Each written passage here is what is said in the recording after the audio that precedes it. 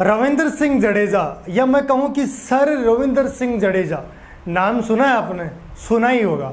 Team India का एक ऐसा सितारा जो अभी रिटायरमेंट की दहलीज पे नहीं, रिटायरमेंट की दहलीज पे नहीं है।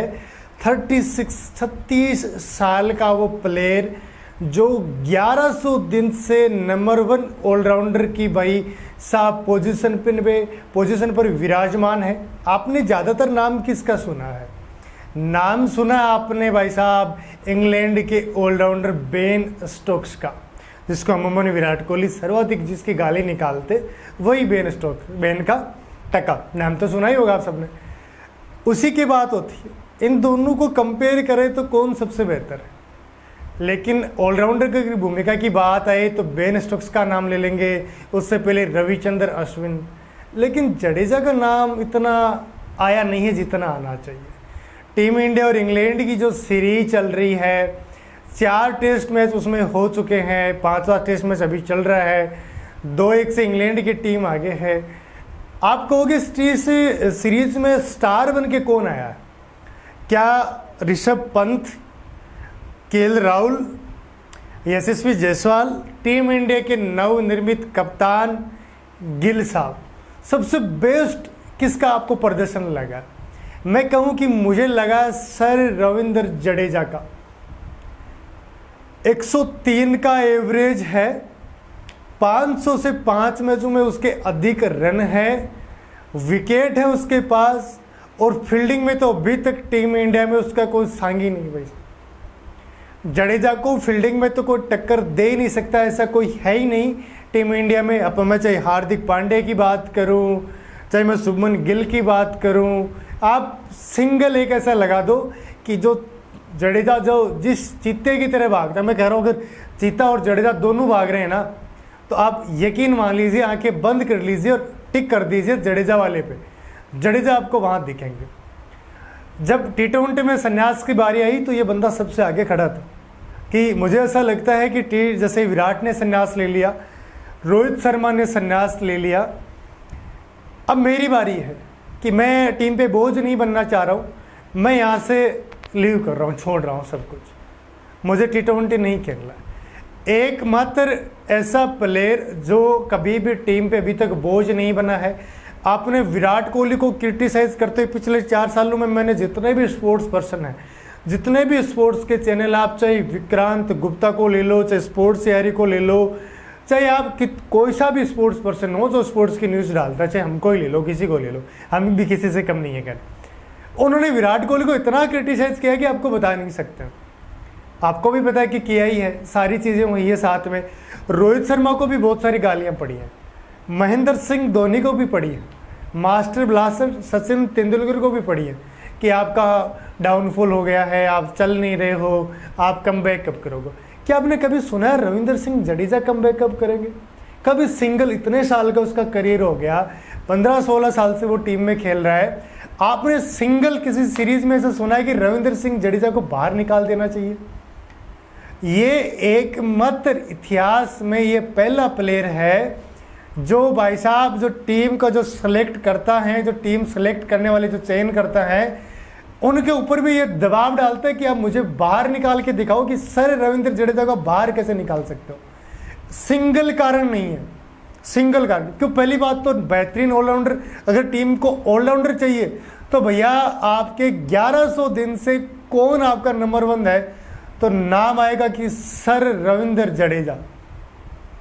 भाई साहब वर्तमान में आपके पास टीम इंडिया में ऐसा कौन सा प्रमुख सितारा है जो आपकी डूबती हुई नैया को भाई पार लगा सकता है? जो टेस्ट मैच टीम इंडिया हारी 22 रन से, उसमें भी बहुत सारे 2-4 कहूँगा, 2-4 बहुत सारे नहीं, 2-4 लोगों ने ये कहा कि रविंद्र सिंह जडेजा जिता सकते थे अगर वो लंबा शॉट खेलते। 1 विकेट था और रविंद्र जडेजा, मैं कहता हूँ उस दिन अपनी किस्मत साथ नहीं तो वो तो सिराज आउट हो गए। नहीं भाई साहब, ये जब कहते हैं ना जहाँ रजपूती वहाँ मजबूती, ये भाई बंदा सच में वो आपका सेलिब्रेशन इसका आपने देखा ही होगा, कमाल का। ये मैं सही कह रहा हूँ, आप मेरी बात पे यकीन कीजिए कि एकमात्र ऐसा प्लेयर की सेलेक्ट करता भी ये इसको बाहर निकालने में 10 बार सोचेंगे कि यार सिंगल रीज़न बताओ कि इसको बाहर कैसे कर सकते हैं, क्या कारण। T20 में ये बंदा आपको क्या चाहिए? बॉलिंग चाहिए 4 ओवर, ठीक है, आपको फील्डिंग चाहिए, आपको बैटिंग चाहिए, तीनों करके दे रहा है। इससे बेहतर आपको कोई ऑलराउंडर मिलेगा? अभी आपके इस सीरीज में आपके सबसे ज़्यादा आपको क्या निकल के आया? गिल ने इतने रन बनाए हैं, आपके केएल राहुल ने बहुत अच्छा खेला, या एक नया नाम आप सब ने सुना ही होगा 8 साल के बाद जिन्होंने कमबैक किया, नाम तो सुना ही होगा, करुण नायर। एक अर्शतक लगाया, एक बार 40 के आसपास पहुंचे, उसके बाद उन्होंने कुछ खास किया नहीं। अखबार में रोज आता करुण और फिर नहीं चले। जडेजा की बात नहीं होती, इसके बावजूद इतना अच्छा प्रदर्शन करना, टीम इंडिया को इतनी सारी जीत दिलाना, टीम इंडिया में प्रमुख गेंदबाज की भूमिका निभाना, प्रमुख बल्लेबाज की भूमिका निभाना, बतौर फील्डर सबसे तेज आपके भैया सामने वाली, मेरे को टीम की लंका लगा के रख देता है। सामने अगर जडेजा है, जहाँ 2 रन आ रहे वहाँ बंदा 1 रन लेता कि यार जडेजा खड़ा है ना, तो इससे बच जाओ। अगर इसके पास से में आ गई ना तो ये मामा सकूनी है, सकूनी, इसके हर पासे में 6 है, ये नहीं बख्शेगा अपने को। और इतिहास गवाह है कि सर रविंद्र सिंह जडेजा की बराबरी वर्तमान में ऐसा कोई है ही नहीं। मुझे नहीं लगता है कि बतौर स्पिनर, बतौर बल्लेबाज, बतौर आपके सबसे बेस्ट आपके फील्डर ऐसा टीम इंडिया को दोबारा कोई मिल सकता है। हार्दिक पांड्या बहुत बेस्ट है, लेकिन तीनों फॉर्मेट नहीं खेलते हैं, तीनों फॉर्मेट नहीं खेलते। टेस्ट तो मुझे लगता है कि शायद उन्होंने संन्यास से ले लिया या ले लेंगे, आपको दोबारा खेलते नज़र नहीं आएंगे। जडेजा उनके 200 से ज़्यादा वनडे, 100 के आसपास उनके टेस्ट मैच होने वाले, 85 हो गए। T20 उनके पास है, इतने सारे मैच खेल रखे हैं, विकेटों का उन्होंने अंबार लगा रखा है, शतकों का उन्होंने अंबार लगा रखा है, रन है उनके पास। लेकिन यार जब बात आती है तो बात अपन बेन स्टोक्स के करते हैं, क्योंकि वो कप्तान है इंग्लैंड का, महत्वपूर्ण भूमिका उसके पास है। तो अधिकतम वो कहते हैं ना कि जो आपकी अगर हार की अगर जिम्मेदारी हो तो आपकी कैप्टन की होती है, या जीत की जिम्मेदारी हो तो भाई साहब कैप्टन की होती है। लेकिन यार सर रविंद्र जडेजा के लिए एक लाइक आज के वीडियो में बनता है। क्या मैं जितनी भी बात मैंने बोली है, क्या मेरी बात से सहमत है कि सेलेक्ट करता हूँ भाई दबाव में रखता है, प्रदर्शन करके देता है हर मैच में। इस सीरीज़ का एकमात्र स्टार सिर्फ आपके शुभमन गिल नहीं है कि वो कप्तान बने हैं, नहीं, आपके सर रविंद्र जडेजा है जिन्होंने 500 से अधिक रन बनाए। आपके प्रमुख बल्लेबाज एक तरफ है आपका सर रविंद्र जडेजा, क्योंकि सर की उपाधि उनको मिल गई है, बगैर सर के अधूरे हैं, और वो सेलिब्रेशन जो वो तलवार वाला करते हैं। अब भाई साहब एक छोटी सी बात जो मुझे नहीं बोलनी चाहिए, बहुत सारे लोग इस वीडियो को देख के ऐसे भी लगेंगे कि यार आप ये संन्यास वाली बात क्यों बोल रहे हो। यार जो वीरेंद्र सहवाग के साथ हुआ, जो गौतम गंभीर के साथ हुआ, जो रोहित शर्मा के साथ हुआ, जो विराट कोहली के साथ हुआ, वो हम सर रविंद्र जडेजा के साथ होते हुए नहीं देखना चाहते। अगर अभी तो खैर वो पीक पर हैं अपने, अभी तो बहुत लंबा खेलने वाले, ईश्वर करे बहुत लंबा खेले, क्योंकि हमको सर आपकी आवश्यकता है, हमारी टीम को आपकी आवश्यकता है, हमारे देश को आपकी आवश्यकता है। लेकिन यार जब इस बंदे की जब विदाई हो ना, कंधों पे बैठ के हो भाई साहब, ये यादगार मतलब ये पल होना चाहिए कि यार रविंद्र जडेजा ने भारत देश के लिए ये किया, ये जान छोंक देता है। और ये मुझे बड़ा बुरा लगता है इस बात कि आप जब आधे अधूरे मरे हुए लोगों को टीम में चुनते हो, और वो जब एक टेस्ट गेंदबाज जब गेंदबाजी करता है तो 10 और उसको स्पेल में डालने पड़ते हैं, और जडेजा से फास्ट आज तक को डाला नहीं है किसी ने। अगर जडेजा जैसे अगर बॉलर हो तो किसी सिंगल को भाई साहब वो टाइम वाला जो लगती है ना प्लेंटी की, भाई साहब टाइम हो गया, समय सीमा पर आपने भैया और नहीं करे, तो जडेजा वो प्लेंटी नहीं लगने देंगे, वो बहुत जल्दी ओवर करता है।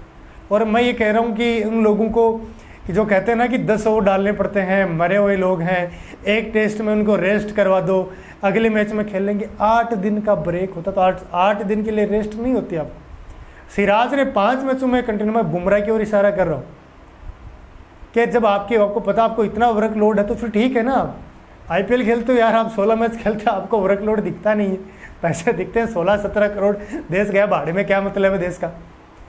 ये सीधा है। मेरी बात से बहुत सारे लोग असहमत होंगे कि यार आप ऐसे कैसे बोल रहे हो, मैं गलत बोल रहा हूँ तो बताओ। जैसे IPL आता फिट हो जाते हैं, इनके सारे वो आते हैं, ये जब टेस्ट क्रिकेट खेलने की बात आती है, जहाँ देश आता मर जाओ में क्या दिक्कत है, कोई समस्या नहीं है। अब रियल हीरो तो खैर नहीं हो, पर तब देश की बारी आती है ना, किसी आप प्रेजेंट करते हो देश को, तो अब हमारे रियल हीरो हो सर। क्योंकि रियल हीरो हमारे पहली बात तो फौजी हैं, पर अभी बात सिर्फ रविंद्र जडेजा की हो रही है, अपन इन लोगों की बात नहीं करते हैं। तो रविंद्र सिंह जडेजा के लिए भैया 1 लाइक आज के वीडियो में बनता है।